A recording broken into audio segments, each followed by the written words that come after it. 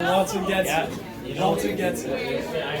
I mean, your two options were think for yourself or do as you're told, right? So. Exactly. And I chose the easier option. See, Walton, thinking is just like extra work.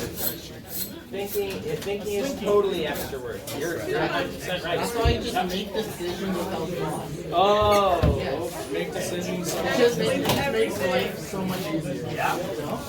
It's like say, just Short-term flip a gain, coin, right? flip a coin, yes or no. Yeah. Short-term gain. Whoa. You okay? Yeah. I got into a snowboarding accident. Oh, I thought you were gonna say I got into a fist fight with somebody. Yeah. You should There's see only me. one conclusion to the start of that sentence. I got into a fist fight. Yep. Totally. Walton would be the person like that at least like would have to ask before saying, "Are you okay?" Did you work at least? Yeah. You used to see the other guy. Okay. I would like to pretty please start off with a little bit of a demonstration. Demo. But oh my god. But in order to do that, I want us to be able to predict a reaction. So unfortunately I have to erase jaw and Tupac. Just erase the middle stuff. No, sorry. I need all of it. You I do need not all need to of erase it. Tupac. That's not Tupac. You gotta leave Tupac. It's not even two, it's like too much pack. It's an excess of pop. It's a big nose. Yeah. That's why he has a big nose. I hope that's not disrespectful. So We are all very disappointed. no, this conversation is dead right now. What we're doing is we're going to react solid aluminum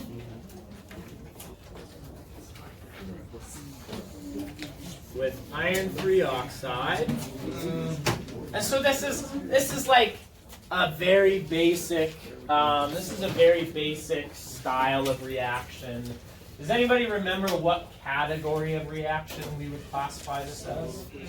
Yeah, this is a single replacement. And so the aluminum's going to kick something out. What's the aluminum going to kick out? The iron. So we're going to get aluminium oxide plus solid iron. And if we balance this, I need 2 irons and 2 aluminums. I need 2 irons and 2 aluminums. I would like you anywhere at all, just anywhere, I would like you to figure out the enthalpy of this reaction.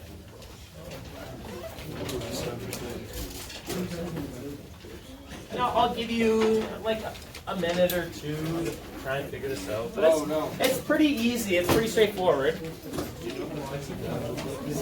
All good. All good. It's like it's much more difficult when you're down a little.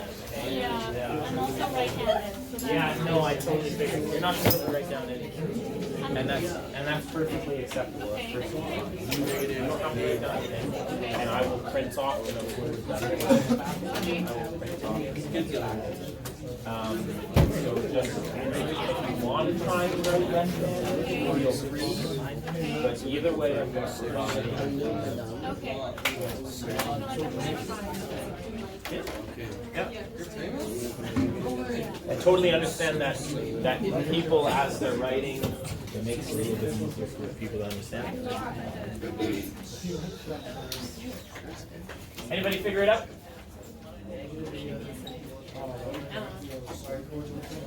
I think so.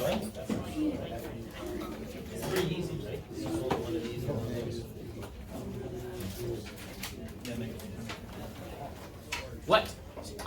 What method of solving this problem are we able to do? What do we got to do? Yeah, we got to do heats of formation, right? Or enthalpies of formation.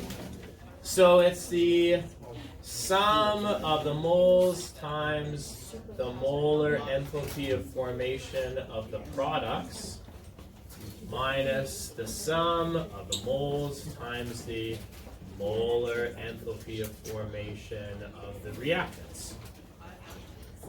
Now, okay, we should probably write down what the molar enthalpies of formations of all of our products and reactants are. What's the molar enthalpy of formation of aluminium? Why is it 0?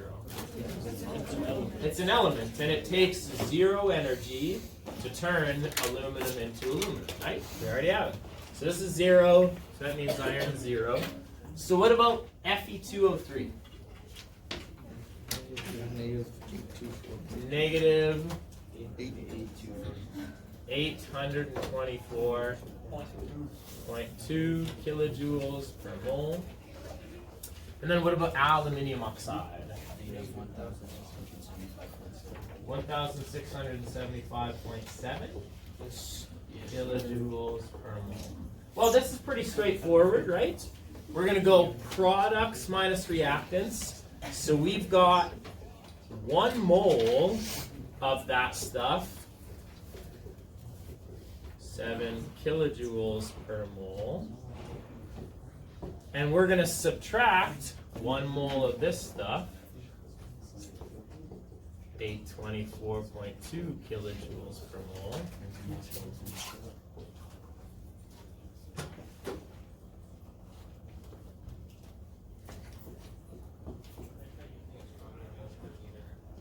Let's see if he gets it. Let's see if he gets it. Got it. Yep. Yeah. Go. Good. Big brain. No problem. Yeah, big brain. That's Big the thing, brain right? Walton. Okay, so this reaction should release 851.5 kilojoules for, and it's like per mole of this stuff or per 2 moles of that stuff, whatever. That's totally fine. But this is going to be, what do you think? Is this an exothermic or an endothermic reaction? So It's an exothermic reaction. So let's try this out. What I'm going to do is I'm going to take my aluminium powder.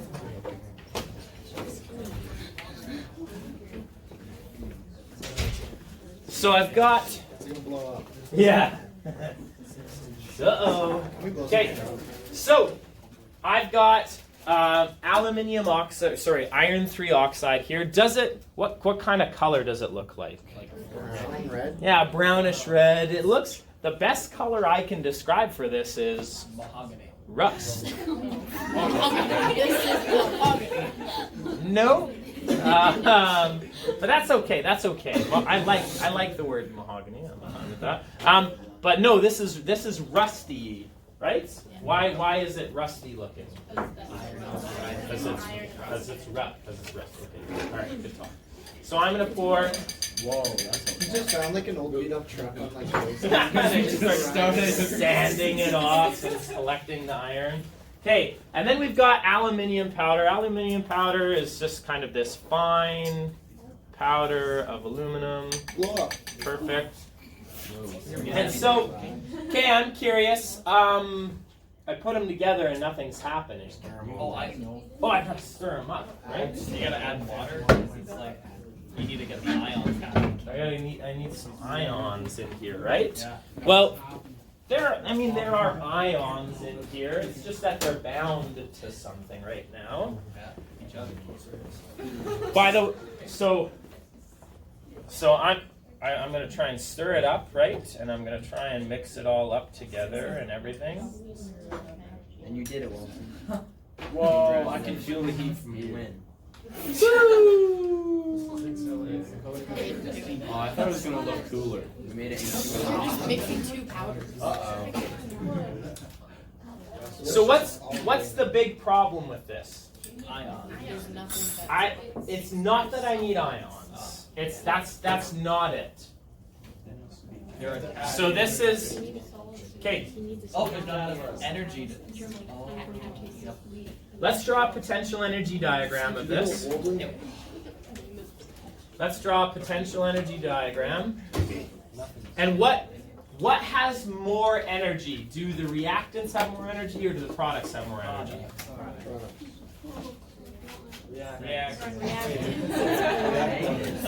I don't know.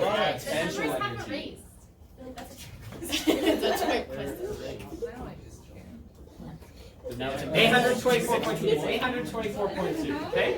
Okay. Well, I don't know which one of these has a higher potential energy. The reactants do, right? Now, why? Okay. Some people are still probably asking themselves, I don't get it. I don't get it. That number is way bigger than that number. No, it's not, right? That's a negative. So that means this is way lower than that, right? So our reactants have an energy of 824.2 kilojoules, and our products have an energy of negative 1,675.7 kilojoules. So I'm curious, when I mix these two things together, and I'm obviously not getting a chemical reaction, so what's the problem here? You don't have a catalyst. Something catalyst. Yeah. I'm not going to use a catalyst. You need activation energy. Or you need something to kickstart it. You need to get to the activation. That's so good. Let it go far. Is there? No, I'm not going to use my saliva. Is there ever some sort of a hump that we have to get over for our activation? Yes. Yes. Does this have the appropriate amount of activation energy to get over the hill? Jordy? Could I yell at it? Like I actually okay. This is gonna sound so stupid, but I don't want to say no to that. No, but I don't want to say no because I mean theoretically, if somebody could yell loud enough, there definitely is a possibility that we could get a reaction, right? Whoa. Now I think that you would have to yell with the power of like a nuclear bomb or something, but you know, whatever. Yeah. Okay. So I've tried my best. I've tried my best to mix this all together, and sometimes it's a dead reaction. Sometimes I don't get it to mix well enough. But all I have to do is give it a little bit of a kickstart. Now, what the reaction? I'm going to use another chemical reaction to kickstart this reaction. But in order for us to and Ring, ring. The phone is ringing. Walter, what'd you do this time? Yellow. Hello. Did one pipette? Yes. Can I send him up the link to the phone? Yes. okay, what we're gonna do is we're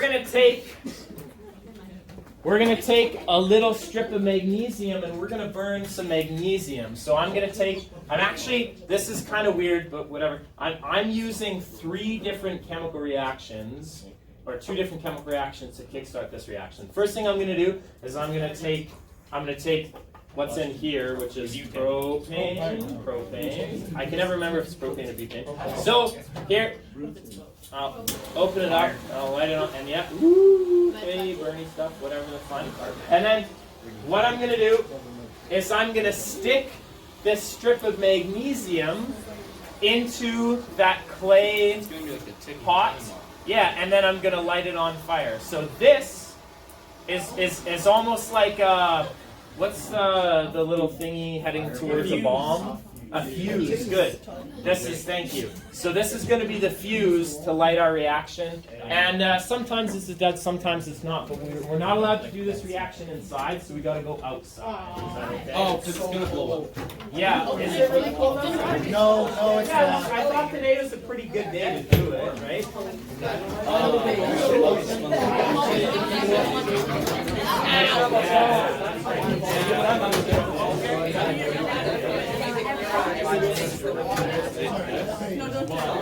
Hey, Walter, my neck. Okay, I'll just do it for him. Walton, do you want me to record it? This one reaction is relatively bright, so Burn my eyes. I don't know. Should you? I don't know. Let's throw caution to the wind and let's see if anybody else. I don't know. Do you have one you can Okay, use? so I'm gonna try this, and if it works, it works. If it doesn't, it doesn't. That's totally fine. Ooh, pretty. That's burning pretty That's bright. really bright. Oh, it's thermite! That hurt my eyeball. Ladies and gentlemen, that is our show. Yeah, that's it. That's everything. That's our show, ladies and gentlemen. No, I just leave it recording the entire time, and I just sit there. I cut it every once in a while, but yeah, like if you watch the YouTube videos of us in class, sometimes it's 10 minutes of just like people talking in the background and me like walking in front of the camera. Yeah, it's fine. Okay, so that was I don't know, was that an okay reaction? Yeah, no, your eyes are fine. That'll be okay. Okay, now what is a can anybody think of a real life application for this reaction? TNT. Not TNT. Didn't blow up though. What? Yeah, it didn't blow up. All it did was it released a bunch of energy and it made. Firework. No, the fire was because it melted the bucket, and the bucket's made of plastic / wax, and so yeah. Like a firework. What? Those like sparkler things. You know the things that light on like That's Oh yeah, that's also like powdered magnesium glued to a stick, and it just so it's kind of like the fuse that we used. The fuse is made out of magnesium, and so that's basically the same thing as a sparkler. Maths. Don't they like clean out rover holes with that?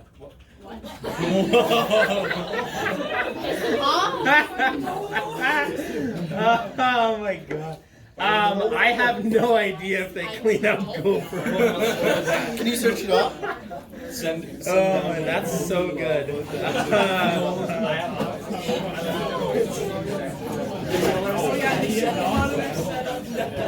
Dude, look at this dude. Mr. Walton, I also think you need to pull up. I thought it was going to be a lot more interesting.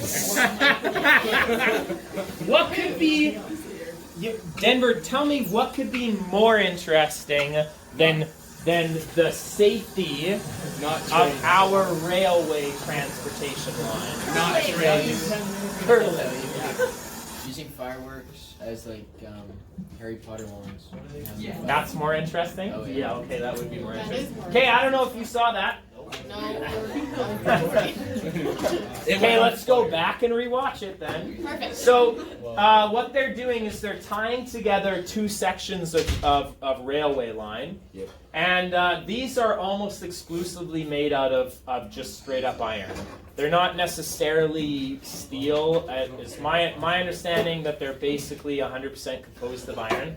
And so what they're going to do is at the junction between these two lines, they're going to preheat both of the ends of the railway lines, and then they're going to stick a bucket on top, and they're going to put a little strip of magnesium through the top of that bucket. And what's going to come out the bottom? What product are we going to get coming out the bottom? Iron. But it's not iron solid. It's really technically iron liquid. because the reaction's so hot, right? And that's what you saw. I don't know, hopefully you saw the iron dripping out of the clay container, the clay pot. And so they're going to preheat it, and after they're done preheating it, he's going to open up the mold. So they've got a mold here. And he's going to light the fuse. He's going to stick the fuse in, and this is the exact same reaction that we just saw. You'll see the iron, it's going to spill into the mold, but it's also going to spill out the sides because you want a bunch of excess iron just to make sure that you tie the railway lines together. And so the reaction's basically done. It's just you've got some liquid iron coming out. So that's the excess molten iron coming out of that mold. I think that would be a super fun job for about 20 minutes, and then I'd be pretty sick of it after a little while. So they're gonna take the excess iron and they're just gonna get rid of it. And this is basically what's left. And so it's just a giant clump of iron that's tied these two railways together, and this thing is just going to saw it off.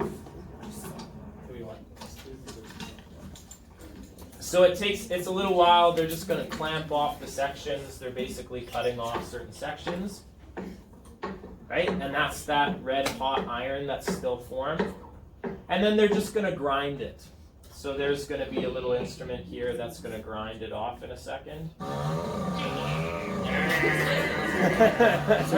Yes, cue the sound effect. Maybe watch what he was talking about with the gopher holes. How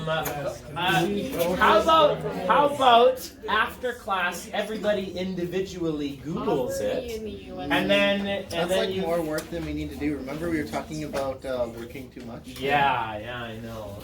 Yeah. It's the efficiency. Okay. All right. So that reaction, that was one way of overcoming that activation energy. All we had to do was give it enough energy to go over the hump, and then the reaction was able to proceed forward. And that's all we had to do for that particular reaction. But there are other reactions. There are other reactions that you don't want to have to give it the energy. That's just kind of a waste of your time and energy. So I'm going to give you another reaction here, and I would like you to calculate it. This one's going to be pretty easy to do as well, but I would like you to calculate the enthalpy of this next reaction. So 2H2O2.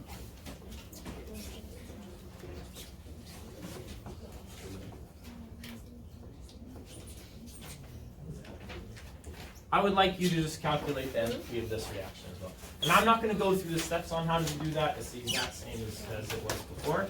But I would like you to calculate this enthalpy, please. Assuming you can. Was that a scary demonstration? Yeah, it was okay. It was pretty scary. Okay, we're good. Okay. So I'd like you to calculate this enthalpy for this reaction. What the hell is H2O2? Hydrogen peroxide. Hydrogen peroxide, right?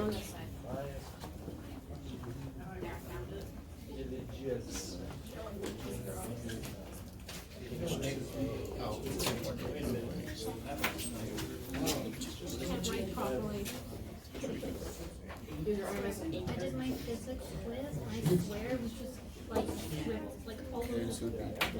I felt so bad for my teacher.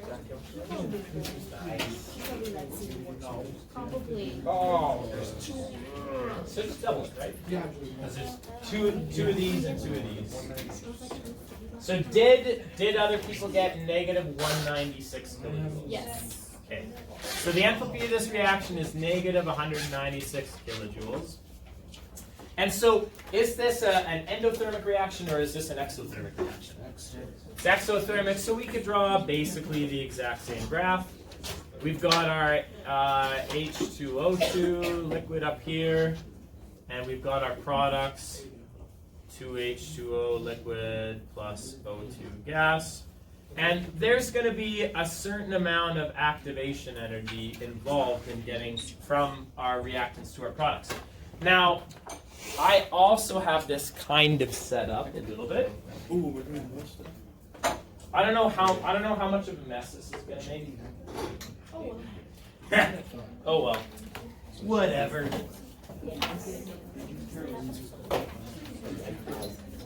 Okay, so I have this. Ooh, I know. Sorry, I know this isn't super well organized right now. More demos. Okay. So does it seem like, to you at least, does it seem like exothermic reactions are pretty natural? Just like, if they had enough energy, would most of these exothermic reactions naturally, naturally, things want to be as low energy as possible typically, low potential energy. Things naturally fall from high places to low places, right? So that's totally fine. What I have is I've got some hydrogen peroxide here. Now this is just the test tube of hydrogen peroxide, and I don't know if you can tell, but there's a couple tiny little bubbles on the side. What are those couple tiny little bubbles? Catalysts. No, not catalysts. What are those? So this reaction is proceeding forward, and we are making oxygen. There's tiny little bubbles here, but does it look like it's decomposing pretty quickly or pretty slowly? Yeah, I don't see any extra oxygen bubbles being made very quickly here. And so one of the problems is that this activation energy is so incredibly high that we would have to put so much energy into this system to be able to force it to go that we would basically be boiling off the water in order for that to happen. So adding enough energy to hop over this activation energy, adding enough energy to be able to do that is kind of out of the question. So what's the only way? If we can't go over the hill, what's really the only thing that we can do in order to make this reaction proceed, Jordy? Yeah, try and make it so that the hill is smaller at least, right? Does that make sense? So what we're going to do is we're going to add something, and by adding that thing, we're basically going to reduce the size of the activation energy. And that is all a catalyst does. That's the only thing it does, is it reduces the activation energy. So catalysts are something that can increase the rate of a reaction. They are not consumed in a chemical reaction, so you can reuse them over and over again. They're not considered as a reactant or a product. A small amount of catalyst is needed to have a dramatic effect on the time that it takes for a reaction to finish. So catalysts, what I want you to write beside here is they provide an alternative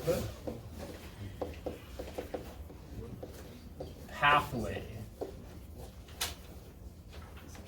for the reaction. That's what a catalyst does. It just provides an alternative route. If you can't go over the hill, then go through the hill. If you can't go over the hill, then demolish the hill and make it smaller. Yeah. So here's what we're going to do. We're going to add a catalyst here. So I've tried to dissolve as much potassium iodide as I possibly could.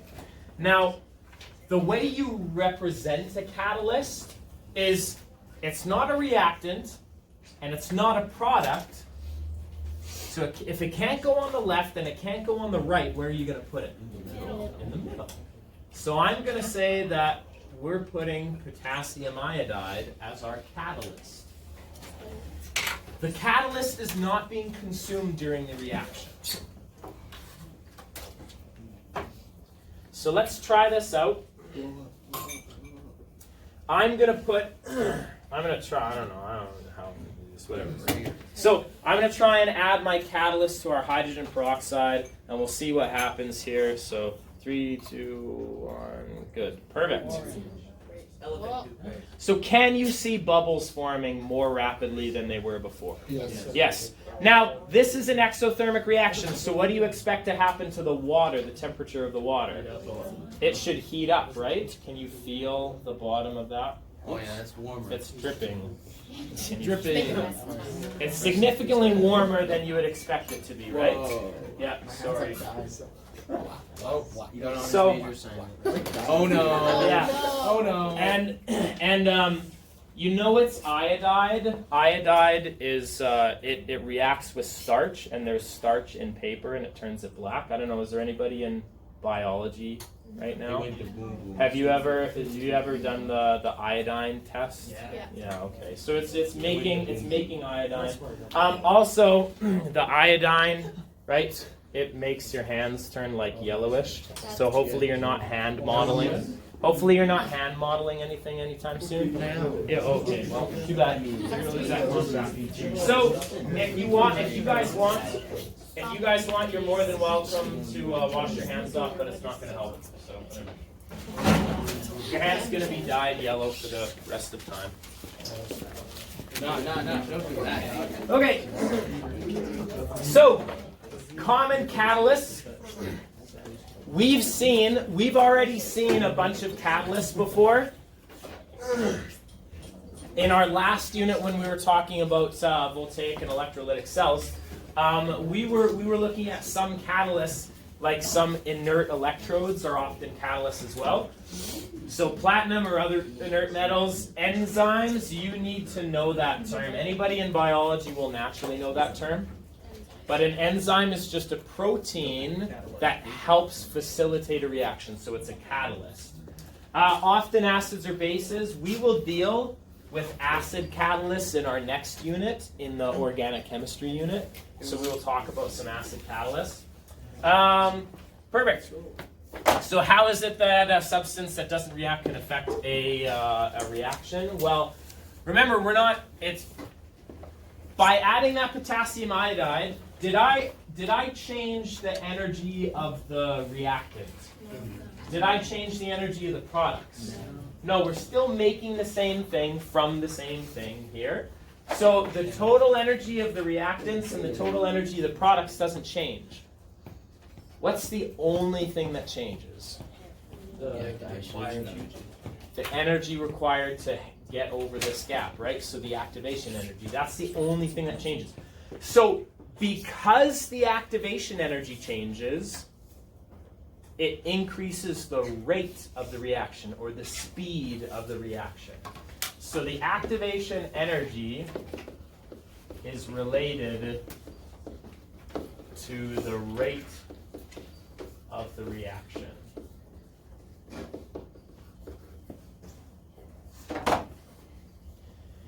If you have a lower activation energy, do you think more things or less things can get over that hump? If you have a lower activation energy, it's easier, right? And so the reaction will go quicker. More molecules have enough energy to be able to get over that hump. Let's see. Because the energy of the reactants doesn't change, and because the energy of the products doesn't change, then what can you say about the enthalpy? It doesn't change. The enthalpy is unaffected. Unaffected. So the amount of energy released doesn't change. The amount of energy of the products and reactants, right? That is the enthalpy, doesn't change. It's just easier now. That's the only thing. So we can make a list of all the things that are affected and all the things that aren't affected. I'm going to scooch to the next slide if that's okay.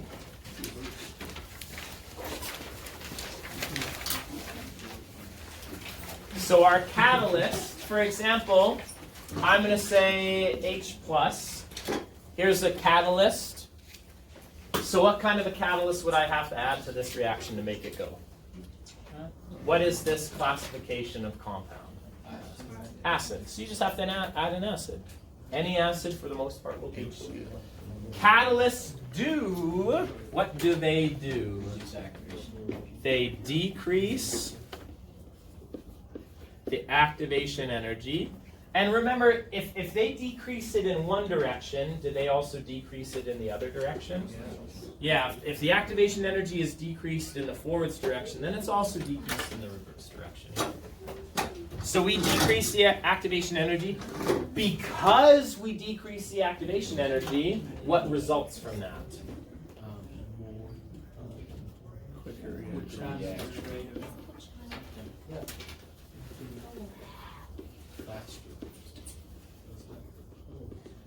Quicker rate, higher rate, faster rate of reaction. Hopefully you understand that all of those things basically mean the same thing.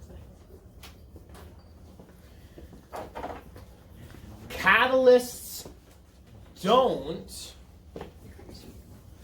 change. See, I'm going to write don'ts every single time just so that there's no confusion. They don't change the enthalpy. I know. They do not. Don't change enthalpy. I get that, but they don't change. They do. Just don't do that. I tried to do this so that we weren't confused by it. Okay, so they don't change the enthalpy. They don't change the enthalpy because they don't change the potential energy of the products. You keep forgetting your E's and change. Oh my god. Yeah, that's the second time. Well, at least the second time.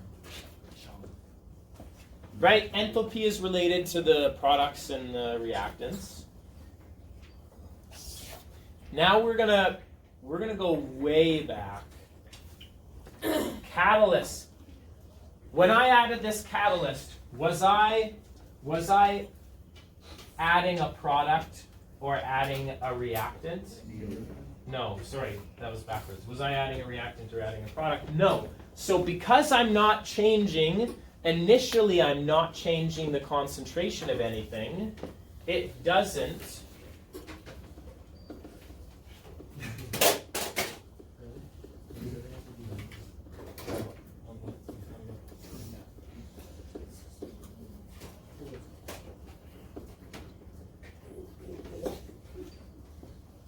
They don't affect equilibrium constants. They don't shift an equilibrium at all.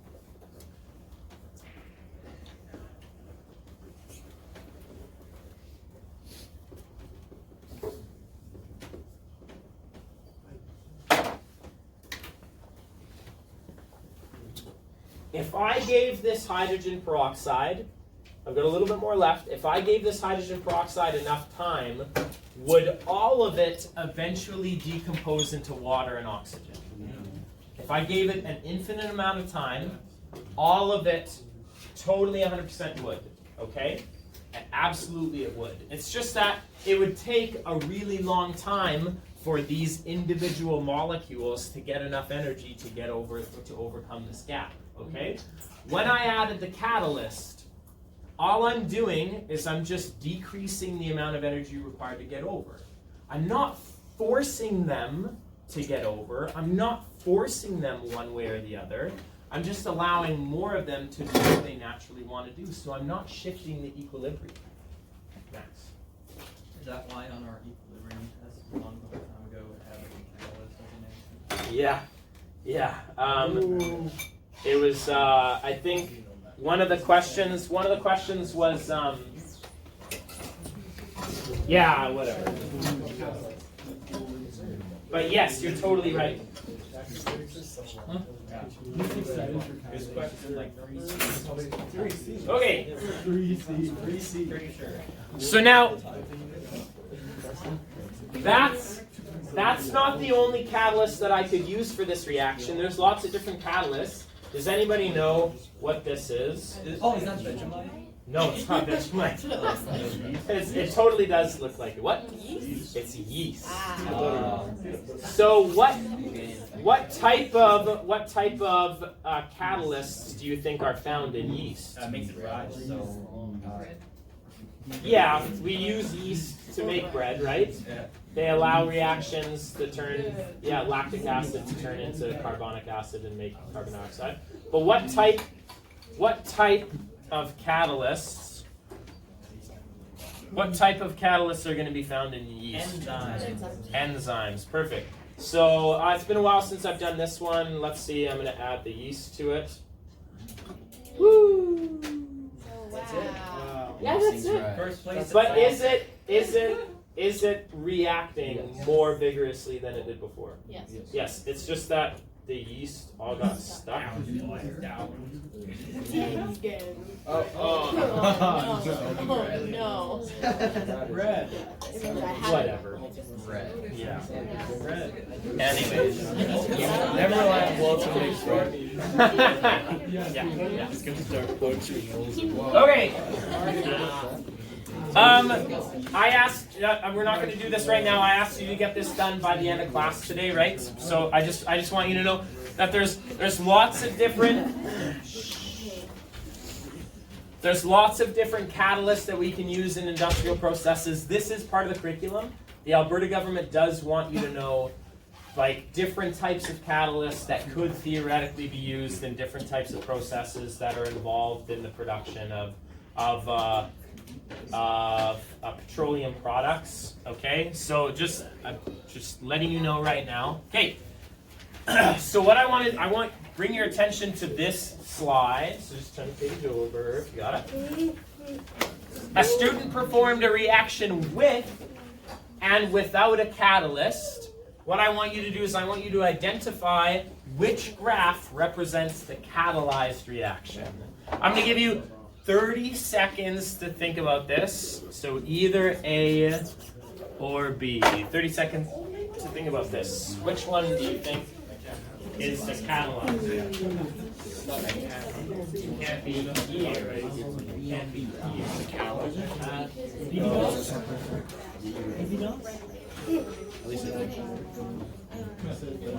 Maybe not.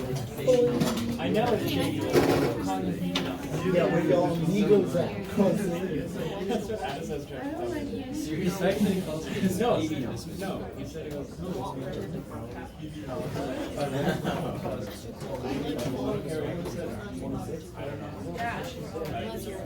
I mean, My understanding is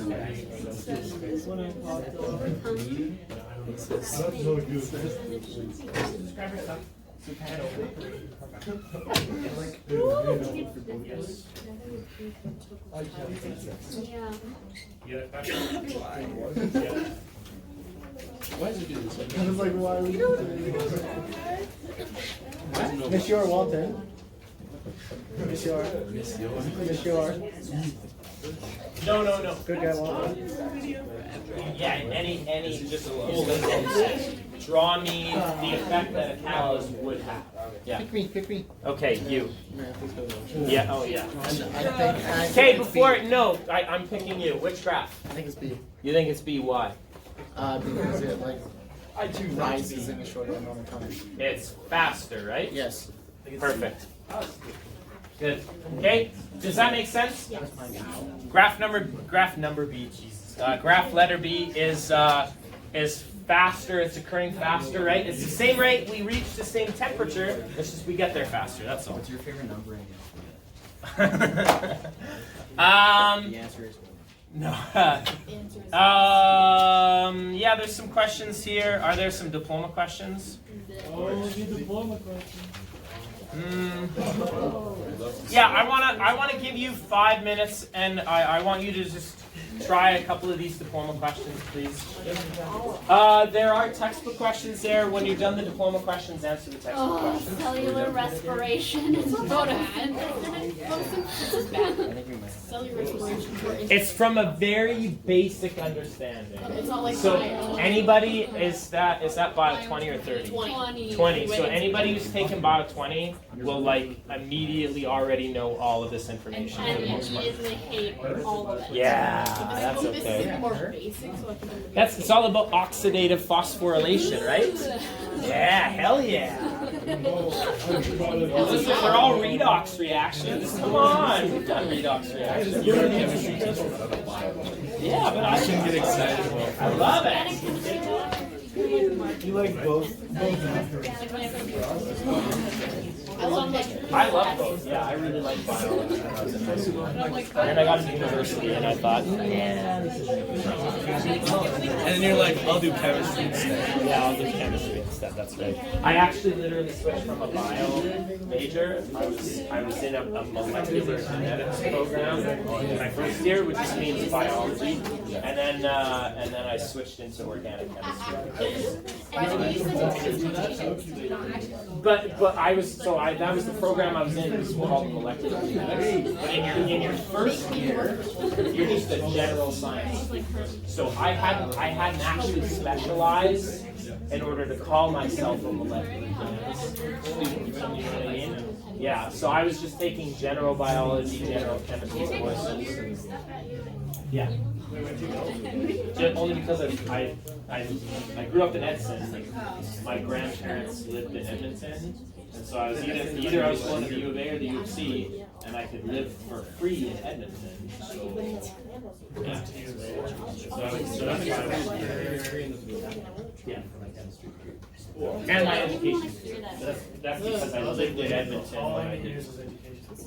Well, if you already have a degree, it's 2. Oh, so like since you have the chemistry. Exactly, yeah. So I finished. If you want to do education straight off the bat, it's 4 years. Yeah. Did you already want to be a teacher? Yeah, I really wanted to be a teacher. I'll tell you guys the story of why. Yeah, I'll tell you guys the story. No, that's yeah. That's part 2 of the story. I'll tell you part 1 of the story. No, I'll tell you part 1 of the story. I'll tell you part 1 of the story. No, that's a way better story, but no, I didn't. Got in a firefight with everything. Yes, Mr. Walton got in a bar fight. And I got kicked out. What? Yeah, they wouldn't have let me back into university if I did that. Mr. King's friend got hit with a hammer. Mr. King's friend got hit with a hammer by his professor? No. She just got hit by a hammer. Oh, that sucks. What? Yes. Yeah, you said, that's right, you have it. Okay, everybody shut up, okay? You're just getting way out of control right now. Okay, eyes on the prize, please. Matthew, thank you very much for lifting your head up. I appreciate it. Nope. I'll wait.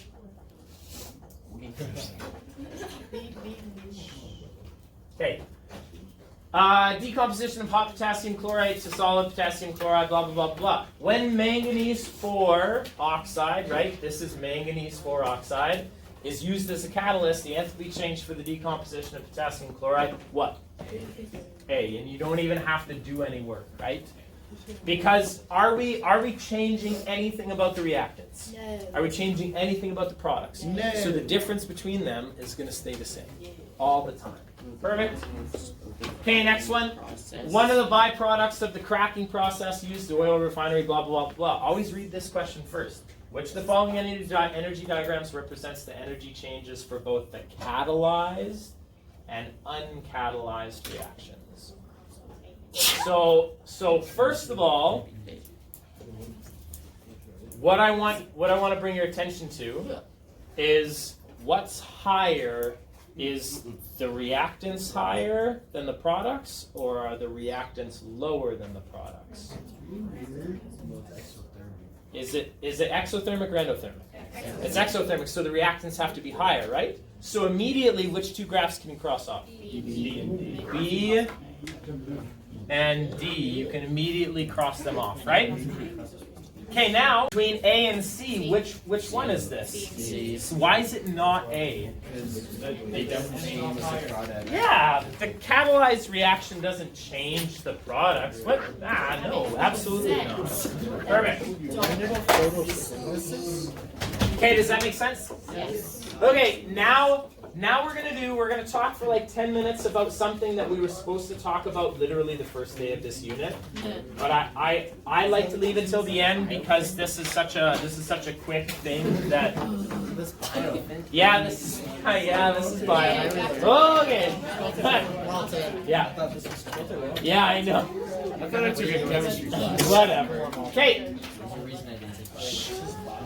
Photosynthesis is the process of turning energy from the sun into chemical energy stored in the chemical bonds of glucose. The chemical reaction for photosynthesis is, does anybody know what it is? Oh shoot. 6H12. Okay, well, Start with. okay. Okay. Do plants make glucose Yes. or do they use it up? They make Well, they technically do both. You know what I mean. So they make glucose, C6H12O6,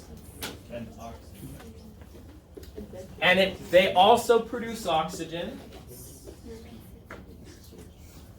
And what two things do we need in order to produce these? Water. Yeah. Water. No, not H. 18. Quite a few things. I know. We need energy from the sun. Okay, shut up. What do you do? Okay. Yes. This is an endothermic reaction. So where would energy go if it was part of the reaction? It would go on the reactants because it's absorbing the energy. So plus energy. But does anybody know the way of remembering the coefficients of this chemical reaction? It's the devil's number or something like that. Yeah. Yeah. Yeah. Are any Iron Maiden fans in the room? It's okay. You'll make it past this day. He's gonna play an Iron Swirl. Man song now. I'm gonna play parts of an Iron Maiden song. Calm down. He's gonna cry. Walton, what's your music taste? I wonder. I love Iron Man. Okay, we're gonna watch the official music video, but not for very long. Number of feet. Oh no, we're gonna Yeah, this is my childhood. What? we're gonna get coffee. You know, we're gonna get demonetized for sure. This is gonna get copyright strike. Walton, if you have to cut this, or else you get copyright strike, and you have to take the video down. Oh.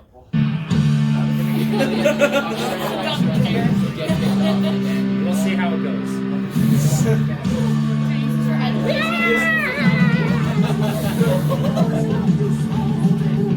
Okay, but no, this isn't terrible. Get on my face. This isn't terrible.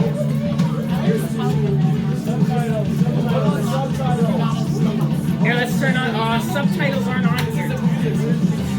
6-6. The number of the beast.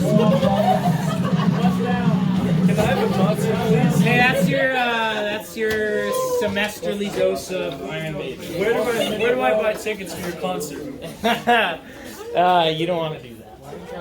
Okay. I love the trailer. I used to kind of have everything. Okay. So what are the coefficients to this chemical reaction? Okay, so 6, 6, 6. Why didn't you take the swirl? Too bad you didn't go into singing. Yeah. It's a real shame for everybody. Play what? Numbers 999. Oh. Upside down. Okay, cellular respiration. So plants take energy from the sun and they store that energy in the bonds of the glucose, right? So they're increasing the potential energy of this reaction. And then human beings and basically every other organism on the entire planet, we take the energy from the glucose. So we take C6H12O6. And what do we do? What do we do in our bodies? Toss that into the Krebs cycle, man. Yeah, we burn it. We burn the glucose in our body, ATP.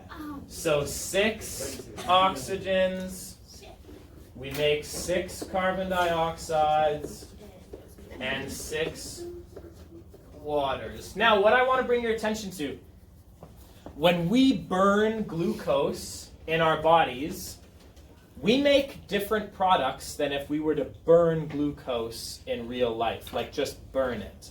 What would we make if we burned glucose, if I just tossed a bunch of sugar in the air and lit it on fire, which is something that can happen actually, okay? Under the right conditions. So what would we make if we burned it? Carbon dioxide and water vapor. But in your body, do you make water vapor? No, you make liquid water. And that's a really important distinction. You need to know this. Because are our bodies hot enough to boil the water and turn it into water vapor? No. I mean, maybe if you jumped in a fire. Under appropriate conditions. Okay. Yeah. Okay, so does that make sense? You have to know that reaction, and you have to know this reaction. You have to know this reaction. Sorry, the top reaction is endothermic, and you have to know that cellular respiration is so plus energy, so it's exothermic, right? But you need to know that. You don't, however, need to know how much ATP are created when you burn it in your body, so that's good. Okay, so we've been harnessing this power for hundreds of thousands of years. Not just your body, but your car harnesses this power as well. My car does? Yes, your car does. Absolutely. It's beyond the shadow of doubt, and you can't argue this. You can try, but I promise you I will convince you. Your car runs on sunlight. I thought that was. I can do it. Every single. Yeah, when you put gasoline in your car, that's sunlight. Is this where you walk? Where's the diesel? What about diesel? What about Cybertruck? Yeah. Ethanol, diesel, electric cars, right? All of those are harnessing the power of the sun. Now let's think about this. The sunlight is captured by plants, and it's stored as what? Glucose. Perfect. Sugar is glucose, okay? And then, when those plants die... Oh no. Oh no. It turns into lava. When those plants die... No, they don't turn into lava. When those plants die, sometimes under extreme pressure and extreme heat, what we can do... No. We can get rid of all of the water, and if you were to get rid of all of the water in glucose, what would you be left with? Carbon. Coal, right? You'd be left with carbon or petroleum products. Not petroleum products, but you'd either be left with coal or petroleum. And so, what is the ultimate source of energy for chemical energy on our planet? What's the ultimate? If you could trace it all the way back, every single time it goes back to the sun. Big yellow thing in the sky. So all energy, I'm going to put an asterisk on this. All energy can be traced back to the sun. Oh man. You give me. You're gonna get smited, Walter. Oh. So plant material decays or starts to decay, but under the right conditions, under enough heat and temperature, you can squeeze out the water and you can be left with coal. Now, that's land. This is plant material on land. It turns into coal. But algae and plant material in the oceans, they turn into natural gas and oil. And so our oil that we got here in Alberta, our oil that we have, it originally came from when Alberta was covered in a giant sea, basically. And so the algae died, the algae sunk to the bottom of the sea, and it slowly got covered in layers and layers and layers of sediment, and it turned into petroleum, and now we're harvesting that petroleum in order to run our vehicles. Perfect. Oh, burning the body versus burning outside the body. Burning the body.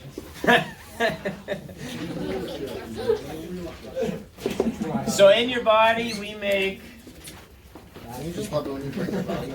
H2O liquid. And then outside the body,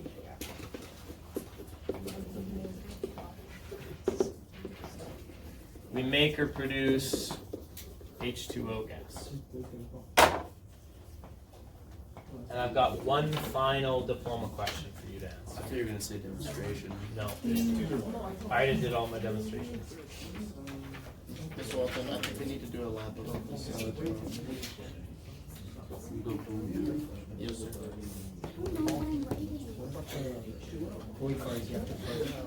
Pardon? What about the toy cars? Like you have to put yourself. Well, where did they get their energy? From you, right? And where do you get your energy? What about the ones where you like pull them back from the Yeah, well, it's the energy from you, right? If you think about it, what about because a pregnant woman makes a baby, so whatever she eats, that's baby made of. So if you throw me a potato, that baby Walton is going to be shaking his head any second. Yeah. We don't want to Did you not hear what happened? I don't even know how to comment on it. Well, thinking about winter. I know there's a sense that there's some point that you can break those. But Yes, there is. Okay. What? What about wind turbines? how does the sun affect the wind? Yeah, how does the sun affect the wind? Magic. Magic. If there was no sun, there'd be no wind. No, there wouldn't be any wind at all. There wouldn't be any wind at all. Okay, let's no.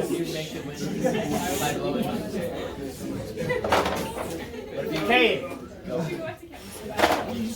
I'm drawing.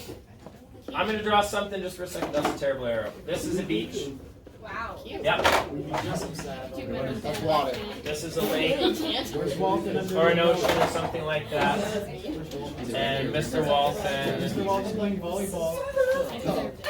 No, he's slipping his suntanning. Oh, I was going to say, he's slipping his Falling down the hill. Falling into the ocean. Like actually. Okay, so the sunlight. Here, I'm going to need a little bit more room. The sunlight comes down that, and during the day, what's getting hotter? Is the sand getting hotter or is the water getting hotter? Okay, no, the sand is getting hotter. Why? What about water? What about the water? What quality of the water that we talked about in this unit? Heat capacity. It's got a very high specific heat capacity. So it stores energy, right? It takes more energy to change its temperature. So if you give the water and the beach the same amount of energy, the water will stay colder for longer. Now, so what that means is this is getting really hot. And so what's happening to the air above the sand here? It's also getting warmer. And what happens to warm air? It rises. Because it becomes, warm air expands, and more dense air comes in and takes its place and pushes it up. Okay? So what's happening is the air above the beach is getting hotter and it's rising. And when that air rises, what has to take its place? Cold air from above the water. And so you will almost always, if you're at a beach on a really hot sunny day, you will almost always feel a breeze from the water.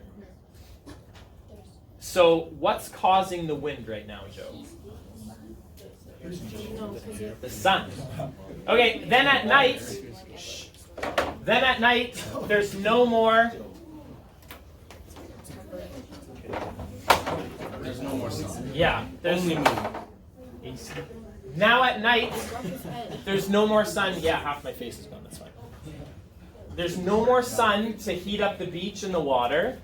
But which one of these things stored more energy during the day? Which one of these stored more energy? The water did. So actually, the water is hotter than the beach is. And so, where are we going to get air rising from? From above the water, and the cold air from the beach is going to come take its place. And it's the same thing. It's the same thing everywhere. All you need is something that absorbs sunlight more than the other thing. And so you'll get pockets of hot air traveling up, and you get wind coming in and taking its place. So where does the wind come from? The sun. If we didn't have the sun, you wouldn't have wind. Does that make sense? I'm like Denver's like, wow. my mind is. Wait, we have fire. And this one?